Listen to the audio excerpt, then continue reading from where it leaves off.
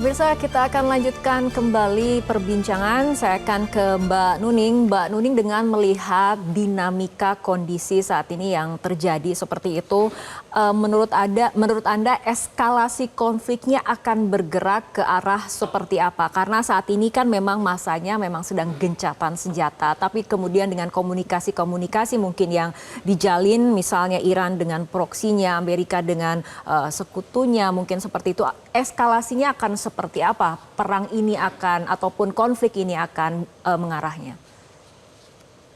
Kalau saya melihat eskalasinya itu bisa ada dua kemungkinan.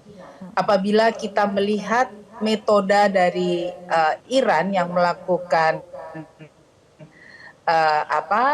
perang dengan intensitas rendah, bisa saja memang kalau anak kecil bilang tuh Amerika lagi dikocek gitu ya oleh Iran supaya secara psikologis capek. Kan kita tahu juga bahwa para prajurit itu mengalami war fatigue ya, di mana mereka sudah lelah untuk ikut di dalam perang.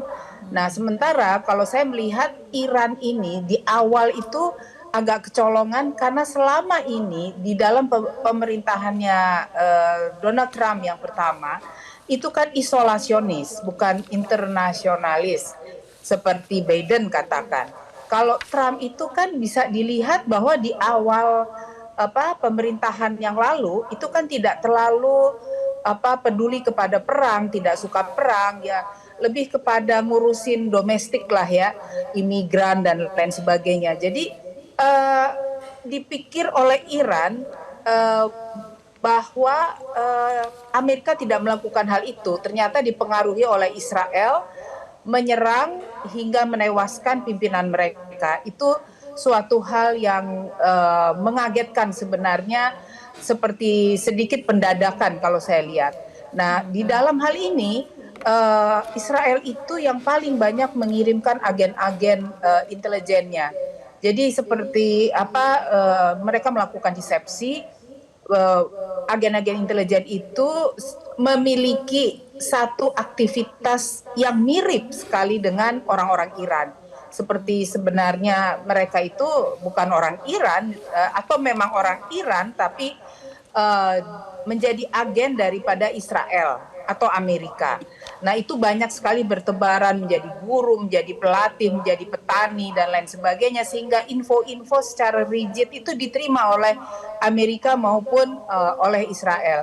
Nah, ini kan justru hal-hal yang begini ini harus diwaspadai dengan pemerintah Iran untuk sekarang ini, karena eskalasi itu bisa menjadi lebih masif, tapi juga bisa dengan cara Iran yang melakukan low intensity di dalam perang, sehingga membuat Amerika maupun Israel itu capek, mengalami war fatigue ya, sehingga mereka pada akhirnya akan bingung menghadapi Iran gitu. Itu yang saya lihat gitu, Mbak Fitri. Baik, saya akan kembali ke Mbak Dina. Mbak Dina, di tengah kegagalan diplomasi yang kita baca di ruang publik seperti itu, kira-kira instrumen apa yang masih paling realistis untuk mempertemukan kembali kepentingan Iran dan juga Amerika? Karena tentunya kita ingin konflik ini segera berakhir seperti itu. Sebenarnya ada dua sisi. Bagaimanapun juga Trump itu matanya pasti satu ke dalam negeri, satu ke luar negeri gitu ya. Di dalam negeri itu sebenarnya menurut saya potensinya untuk menghentikan Trump itu harus ditingkatkan lagi. Tadi sempat pada saat break kan saya ngobrol sama Pak Dian tadi ya. Saya pikir biasanya kalau politisi itu makin eratik, makin ngawur gitu ya dalam bertindak, itu jangan-jangan memang diumpan.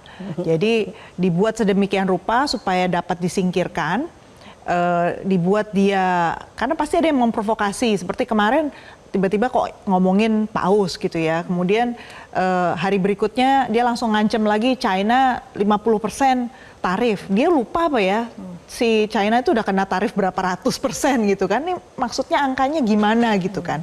Jadi kalau ada pihak-pihak yang tiba-tiba mengingatkan dia tentang satu hal yang belum beres, terus tiba-tiba langsung dia muncullah idenya dia dan itu nggak pakai dipikir panjang gitu. Berarti kan secara psikologis sebenarnya sejumlah pihak di dalam negeri Amerika Serikat tahu caranya untuk membuat dia makin panas atau bikin dia sebenarnya bisa turun. Nah, siapa yang bisa membuat dia off hook lah. Jadi keluarlah dari pengaruh dia mengeskalasi dunia ini. Itu satu. Menurut saya di dalam negeri itu saat ini counter intelligence dari luar negeri ini belum jalan mungkin ya untuk menghentikan itu, untuk suppressing itu. Poin yang kedua tentu dari luar negeri. Kalau kita baca situasi yang berkembang di kawasan kita, ini bukan mereda juga, padahal kita masih jauh ya secara geografis dari Asia Barat atau Timur Tengah, kita masih jauh. Tapi kenyataannya China udah siap siaga betul. Jadi menurut saya itu juga satu sinyal, misalnya dengan ditutupnya 40 hari ruang udara di China untuk perlintasan pesawat apapun, itu kita juga harus bisa membaca informasi apa lagi yang dia miliki, yang tidak kita miliki. Kemungkinan besar karena Indonesia juga sedang ditawarkan untuk menerima nih permintaan Amerika Serikat untuk overnight blanket, apa istilahnya dia? Blanket overnight access. Jadi akses perlintasan luar di angkasa kita, kapal-kapal Amerika Serikat di malam hari bisa melintas secara tanpa perlu lapor lagi pada Indonesia dan punya akses tak terbatas di atas wilayah kita. Itu artinya kapal-kapal tempur mereka bisa lewat di wilayah kita anytime. Berarti apalagi yang direncanakan dari pangkalan-pangkalan militer Amerika Serikat yang ada di kawasan kita. Kita tahu Indo-Pasifik itu termasuk salah satu pangkalan militer yang signifikan jumlah pasukannya. Berarti kita harus jaga-jaga juga ya. Negara-negara di kawasan harus lebih aktif, artinya jangan hanya menjadi penonton, tetapi menjadi peredam konflik. Jangan sampai negara-negara yang lain itu terpicu ya untuk merespon statement Trump yang biasanya di X itu dengan sesuatu yang malah bikin dia makin panas. Jadi memang kuncinya adalah membuat Trump itu lebih reda.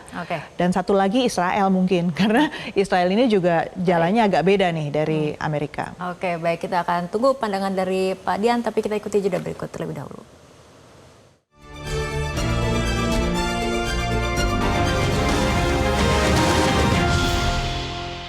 Jelajahi cara baru mendapatkan informasi. Download Metro TV Extend sekarang.